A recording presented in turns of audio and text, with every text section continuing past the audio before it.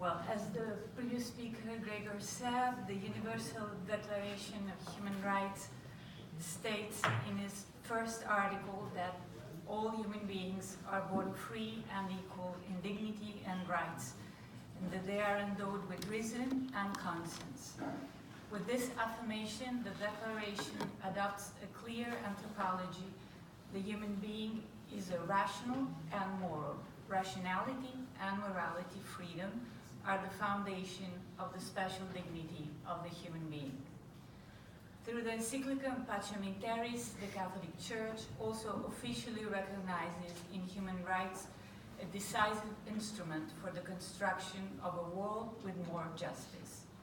It states, and I quote, "The chief concern of civil authorities must therefore be to ensure that these rights are recognized, respected, coordinated, defended, and promoted, and that each individual is enabled to perform his duties more easily." End quotation. Inspired by these founding documents, Catholic-inspired NGOs of the Forum work at different levels with all people of goodwill to promote a world that ensures respect for justice and peace. Through their capillary actions and their echoing in decision-making bodies of the voices of vulnerable people they support, the Forum contributes to the construction of a society based on the concept of a human person as defined by Article 1 of the Universal Declaration. By a way of a rational argument and the awakening of the spiritual energy without which justice, which always demands sacrifice, cannot prevail and prosper, as Deus Caritas S tells us. It is precisely our long-term presence as Catholic-inspired NGOs on all grounds that legitimize us to reiterate on the occasion of the 70th anniversary of the Universal Declaration of Human Rights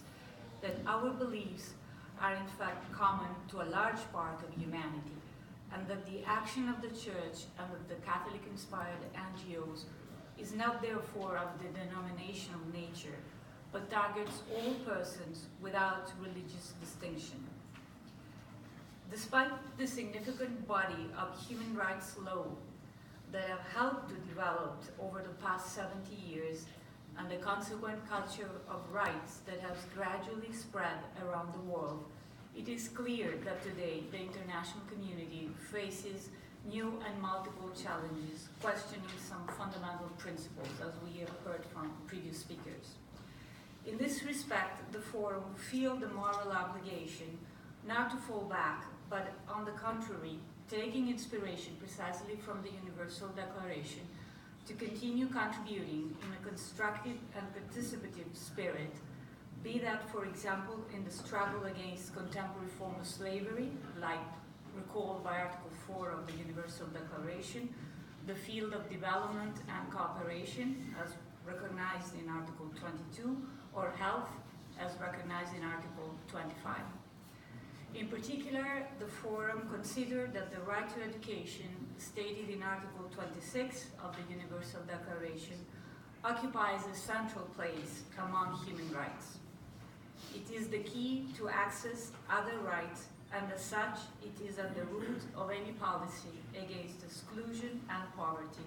because it leads to social cohesion and establishment of true democracy. As Alfred always taught us, it is a right freedom, a right responsibility, and the right ability. The violation of the right to education thus involves a violation of all other rights, because ignoring the identities of individuals, groups, and communities means depriving them of the capacity to build their lives, to waive social bonds, and to experience development. And these violations are often responsible for spreading poverty, misery, and violence. In conclusion, the NGOs of the Forum wish to reaffirm their commitment to the universality of human rights by reiterating their engagement to encourage social mobilization and raise public awareness by enabling citizens to have their voices heard at the policy-making level, design innovative and complementary approaches to promote the respect of human rights, collect and share practical and research data in order to nurture a structured dialogue, hold governments accountable for implementation, monitor progress,